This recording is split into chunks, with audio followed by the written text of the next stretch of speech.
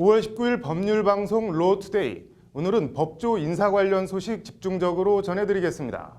문재인 대통령이 신임 서울중앙지검장에 윤석열 대전고검 검사를 그야말로 깜짝 발탁했습니다. 법무부 검찰국장에는 박균택 대검 형사부장을 임명했습니다. 첫 소식은 박가영 기자입니다. 평검사에서 일약 서울중앙지검장으로 말 그대로 화려한 컴백입니다. 2013년 박근혜 정부의 아킬레스건이었던 국정원 댓글 사건 특별수사팀장을 맡았다가 수사 축소 외압을 폭로한 후 정권 내내 한직을 떠돌았던 윤석열 대전고검 검사가 서울중앙지검장에 임명됐습니다. 사법연수원 23기인 윤석열 신임 서울중앙지검장은 대검 중수부 1, 2과장과 서울중앙지검 특수 1부장을 지낸 특수통입니다. 윤 지검장은 국정원 댓글 사건 수사 당시 원세훈 전 국정원장 구속 기소를 주장하다 직무에서 배제됐습니다.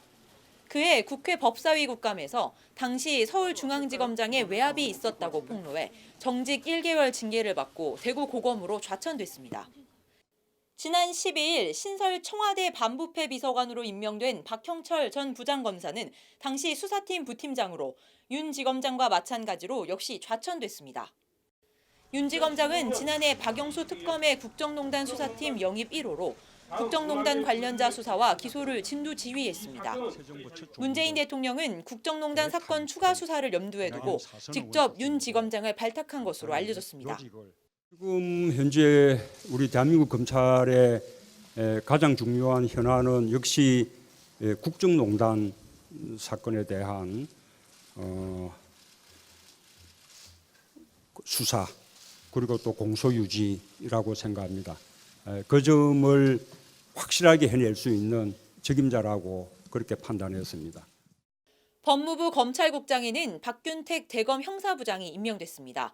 박 신임 검찰국장은 법무부 형사법제과장과 대검 형사 1과장, 서울중앙지검 형사 5부장 등을 지낸 형사 전문입니다. 광주 출신으로 호남 출신이 검찰 인사와 수사, 예산을 전담하는 법무부 검찰국장에 임명된 건 노무현 정부 시절이던 지난 2006년 이후 11년 만입니다. 돈봉투 만찬 감찰 대상에 오른 이영렬 서울중앙지검장은 부산고검 차장검사로, 안택은 법무부 검찰국장은 대구고검 차장검사로 각각 좌천됐습니다.